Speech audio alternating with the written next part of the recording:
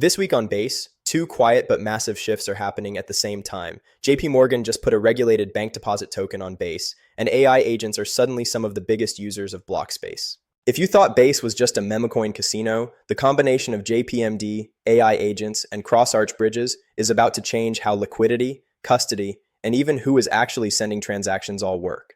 Put together, this tells us a lot about where money, power, and attention might shift next. You're watching Base Digest by Optimism Show, where we track the infrastructure, projects, and creators shaping Base Chain's future.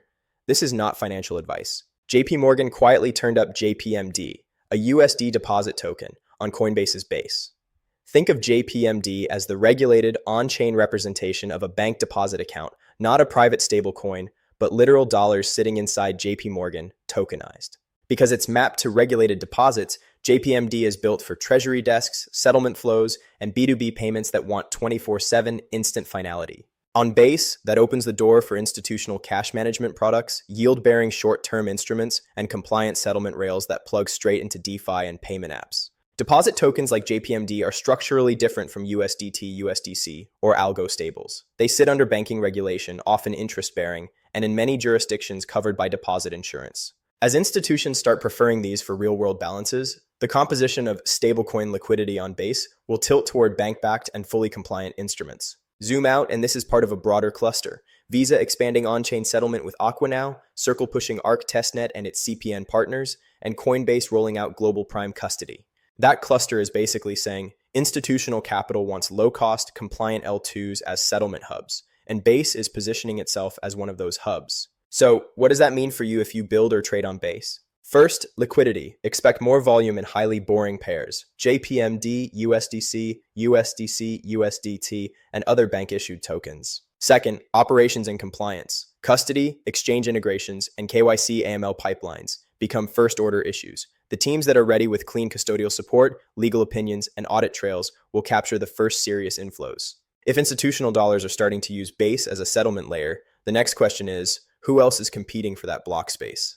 The answer might not be humans, it's bots and agents. Scale deployed a layer 3 on Base that offers gasless, high-throughput execution with near-instant finality, essentially a sandbox for high-frequency programmatic workloads. This combo points to a Base future where autonomous agents, not just users with wallets, are a major blockspace customer. If you can build rails for machine-to-machine payments, subscriptions, and AI-driven strategies, Base becomes a core infra layer for always-on financial automation. Machine traffic changes the shape of demand. Instead of spiky, human-driven bursts around launches and narratives, you get relatively steady, predictable flows from agents and bots. That impacts how you price gas, plan capacity, and think about ordering, latency, and MEV, especially when thousands of agents are competing for priority. On the technical side, Gasless L3s like Scales let you run noisy workloads off the main L2 while still settling to Base.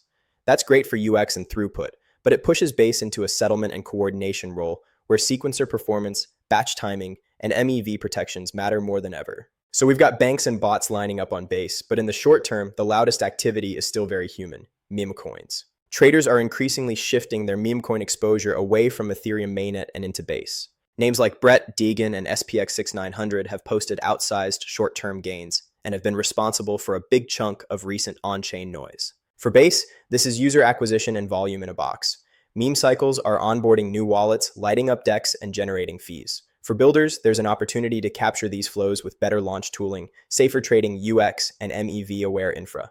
The structural drivers are straightforward. Fees on Base are a fraction of Ethereum's. Coinbase provides a clean on-ramp for US users, and traders like the contained playground feel. They can rotate capital quickly between a smaller set of narratives without burning gas.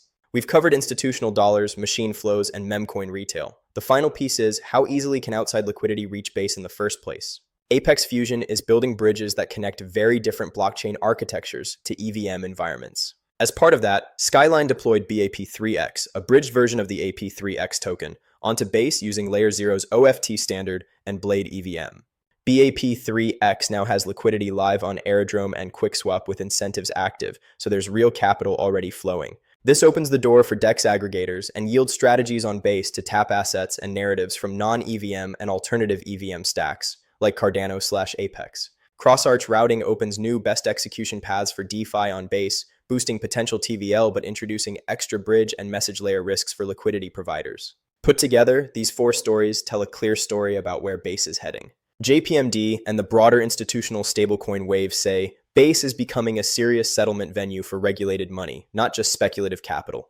Skale's L3 says a lot of the next wave of demand will come from machines, not humans, which means Base has to optimize for throughput, predictability, and MEV-aware ordering. Memecoin rotation shows the present. User growth and volume are still heavily driven by speculation, which is both a stress test and an acquisition channel.